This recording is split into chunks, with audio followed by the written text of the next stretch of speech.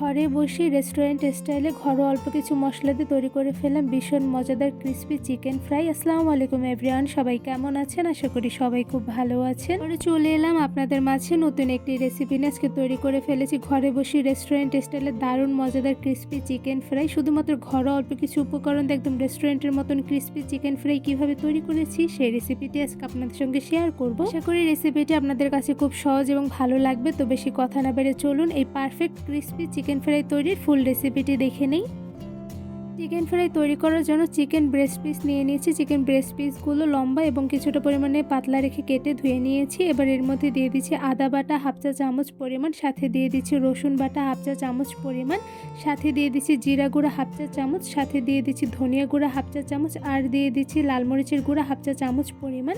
এবার দিয়ে দিচ্ছি অল্প পরিমাণে গোলমরিচের গুঁড়া, সাথে দিয়ে দিচ্ছি স্বাদ মতন লবণ। এবার এর মধ্যে দিয়ে দিচ্ছি সয়া সস। এখানে সয়া সস দিয়ে দিচ্ছি 1 টেবিল চামচ পরিমাণ, সাথে দিয়ে দিচ্ছি টক দই। এখানে টক দই দিয়ে দিচ্ছি 2 টেবিল চামচ পরিমাণ, সাথে দিয়ে দিচ্ছি লেবু। এখানে আমি 1 ফালি লেবু চিপে রসগুলো দিয়ে দিচ্ছি।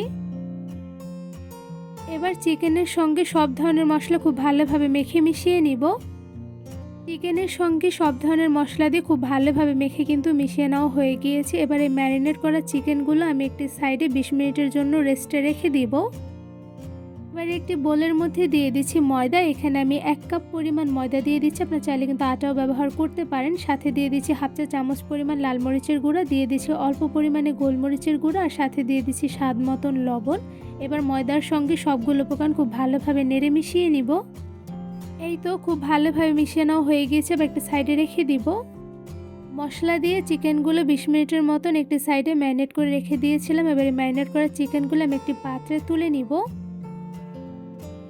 মশলা দিয়ে ম্যারিনেট করা চিকেনগুলো একটা একটা করে সবগুলো চিকেন আমি একটি পাত্রে তুলে নিয়েছি। এবার পাত্রে যে অবশিষ্ট মশলাগুলো আছে তার মধ্যে দিয়ে দিচ্ছি অল্প পরিমাণে পানি। এবার খুব ভালোভাবে মশলাগুলো পানির সঙ্গে নেড়ে মিশিয়ে নিব।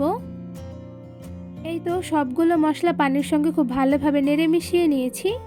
এবার ময়দার মধ্যে 1 পিস ম্যারিনেট করা চিকেন দিয়ে চিকেনের সঙ্গে ময়দাগুলো খুব ভালোভাবে কোট করে নিব।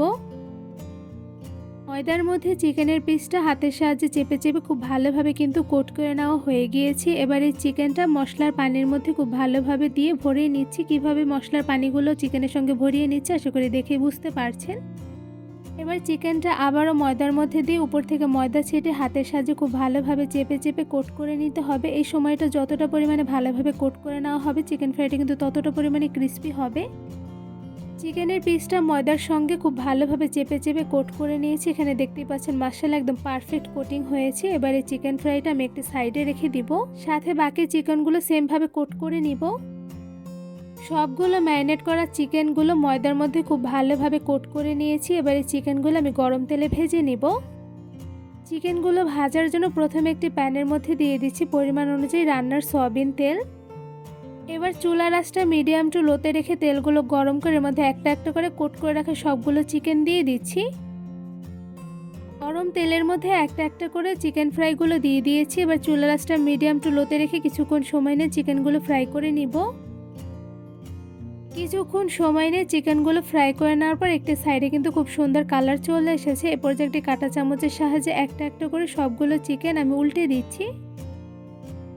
চিকেন ফ্রাই করার সময় চুলার আঁচটা একদম মিডিয়াম টু লোতে রেখে একটু বেশি সময় নিয়ে চিকেনগুলো ভেজে নিতে হবে, তাহলে কিন্তু চিকেনগুলো ভেতর থেকে খুব ভালোভাবে কুকড হবে, সাথে ভীষণ পরিমাণে ক্রিস্পি হবে। তো এই পর্যায়ে একটা একটা করে সবগুলো চিকেন আমার উল্টে দেওয়া হয়ে গিয়েছে।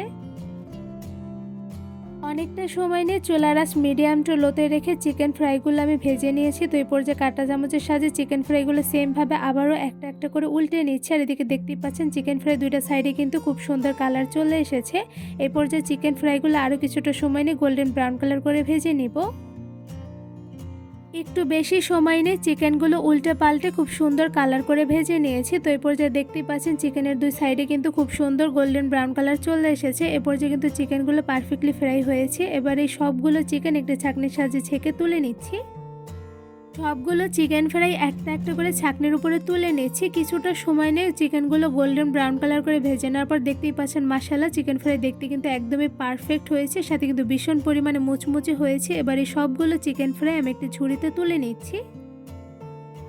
খুব সহজভাবে কোনো রকম ঝামেলা ছাড়াই শুধুমাত্র ঘরোয়া অল্প কিছু উপকরণ দিয়ে একদম রেস্টুরেন্ট স্টাইলে ঘরে বসে তৈরি করে ফেলেছি ভীষণ মজাদার ক্রিস্পি পারফেক্ট চিকেন ফ্রাই। এই চিকেন ফ্রাইগুলো দেখলে কিন্তু একদমই বোঝা যায় না যেটা ঘরে বসে তৈরি করা হয়েছে। এই চিকেন ফ্রাইগুলো দেখলে কিন্তু মনে হচ্ছে রেস্টুরেন্ট থেকে কিনে আনা হয়েছে, কারণ এই চিকেন ফ্রাইগুলো কিন্তু একদম পারফেক্ট হয়েছে। এই চিকেন ফ্রাইগুলো দেখতে যেমন মাশাআল্লাহ সুন্দর হয়েছে, সাথে কিন্তু ভীষণ পরিমাণে ক্রিস্পি হয়েছে। কতটা পরিমাণে ক্রিস্পি হয়েছে আশা করি আপনার সাউন্ড শুনে বুঝতে পারছেন। এই চিকেন ফ্রাইগুলো কিন্তু শুধু ক্রিস্পি হয়নি, সাথে কিন্তু পারফেক্টলি কুকড হয়েছে। আমি একটা চিকেন ফ্রাই আপনাদের একটু ভেঙে দেখাচ্ছি। তো এদিকে দেখতেই পাচ্ছেন মাশাআল্লাহ ভিতর থেকে কিন্তু চিকেনগুলো ওয়েল কুকড হয়েছে, সাথে কিন্তু ভীষণ পরিমাণে জুসি হয়েছে। চিকেন ফ্রাইগুলো উপর থেকে হয়েছে ভীষণ ক্রিস্পি, সাথে ভেতর থেকে হয়েছে ভীষণ জুসি, আর খেতে কিন্তু হয়েছে অসম্ভব মজাদার। বিকেলের নাস্তায় ছোট থেকে বড় সবার জন্য কিন্তু ঘরোয়া অল্প কিছু উপকরণ দিয়ে মজাদার পারফেক্ট চিকেন ফ্রাইগুলো তাদের তৈরি করে দিতে পারবেন। এই পারফেক্ট চিকেন ফ্রাই তৈরির রেসিপিটি আপনাদের কাছে কেমন লেগেছে তা অবশ্যই কমেন্ট করে জানাবেন। রেসিপিটি ভালো লেগে থাকলে আমার চ্যানেলটি সাবস্ক্রাইব করে ভিডিওতে বেশি বেশি লাইক কমেন্ট শেয়ার করে আমার পাশেই থাকবেন। আজকে এখানেই বিদায় নিচ্ছি, দেখা হবে অন্য কোনো ভিডিওর মাধ্যমে। সবাই সুস্থ থাকবেন, ভালো থাকবেন, আল্লাহ হাফেজ।